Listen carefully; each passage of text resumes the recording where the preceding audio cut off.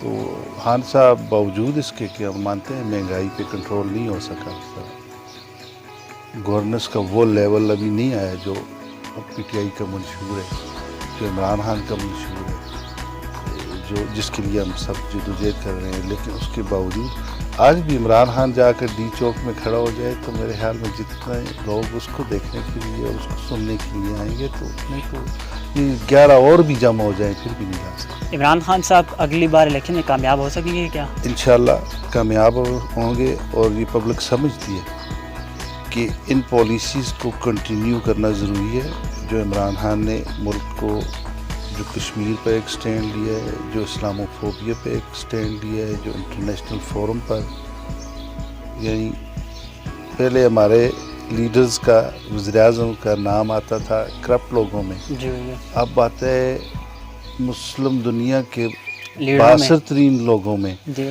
تو اس پبلک یہ سمجھتی ہے، عوام کو یہ پتہ ہے کہ ان پالیسیز کو کنٹینیو رکھنا ضروری ہے، اور اس کے لیے مجھے یقین ہے کہ آئندہ الیکشن بھی عمران خان کا الیکشن ہوگا، اور آئندہ الیکشن زیادہ اکثریت سے عمران خان جیتے گا. اور یہ جو ابھی پریشانیاں ہیں ہمیں مہنگائی کی شکل میں اسپیشلی، تو مجھے یقین ہے کہ اگلے 8-10 مہینوں میں، سال میں اس پہ کنٹرول ہو جائے گا، اور اس سے لوگوں کو ایک ریلیف ملے گا. آپ عمران خان صاحب کے بہت پرانے ساتھی ہیں، آپ کو کبھی مایوسی ہوتی ہے کہ میں ان کے ساتھ کسی وزارت میں یا کسی عہدے پہ نہیں ہوں؟ نہیں، مجھے کبھی مایوسی نہیں. عہدہ چلے مجھے، انہوں نے عہدہ تو ہے میرے پاس، سینٹرل جوائنٹ سیکرٹری ہوں میں ویلفیئر ونگ کا، لیکن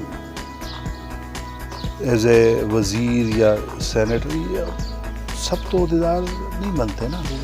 اس پارٹی میں لاکھوں لوگ ہیں، ان کی بلکہ کروڑوں لوگ ہیں ممبر، جی، اور لاکھوں کی تعداد میں ایسے کارکنان ہیں جنہوں نے بڑی ایفرٹس کی ہیں، لیکن سب کے سب وزیر تو نہیں بن سکتے، سب کے سب گورنمنٹ کا حصہ تو نہیں بن سکتے. لیکن ایز اے پارٹی ہم گورنمنٹ کا حصہ ہیں، ہم اسے سپورٹ کرتے ہیں، ہم اسے سپورٹ کرتے رہیں گے.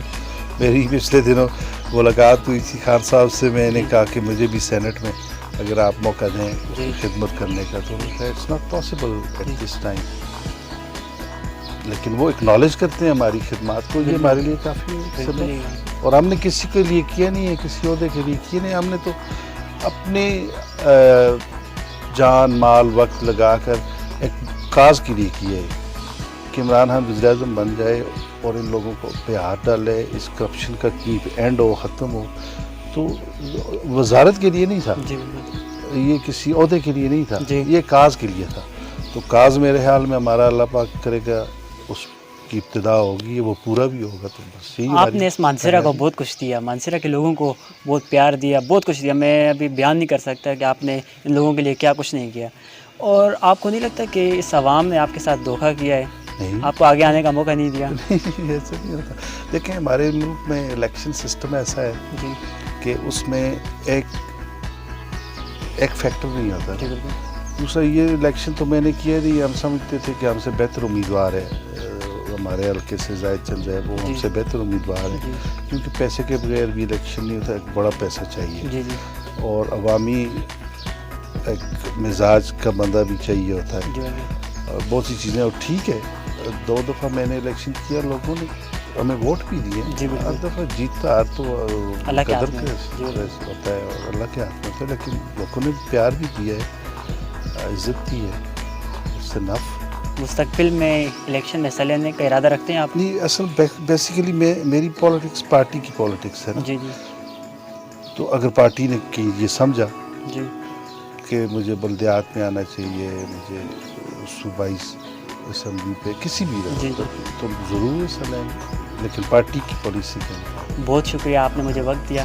لاسٹ میں جو میرے دیکھنے والے ہیں ان کو کوئی پیغام دینا چاہیں گے آپ؟ میں ایک تو آپ کا بہت بہت شکریہ کہ آپ نے میرے ویوز لوگوں تک پہنچانے میں میری مدد کی، آپ آئے.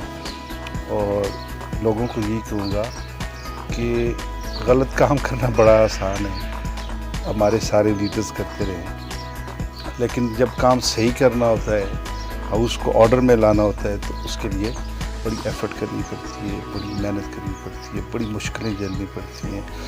عمران خان ہو گیا، ہم لوگ ہو گئے، ہم تو گناہگار لوگ ہیں، لیکن انبیاء اور اولیاء اور نیک لوگ جو اللہ کی راہ میں تھے ان کو بھی بڑی مصیبتیں اور بڑی مشکلیں جھیلنی پڑی ہیں. جی بالکل. تو انشاءاللہ مشکلوں کے بعد آسانی ہے. اللہ کہتا ہے کہ ہر مشکل کے بعد آسانی ہے.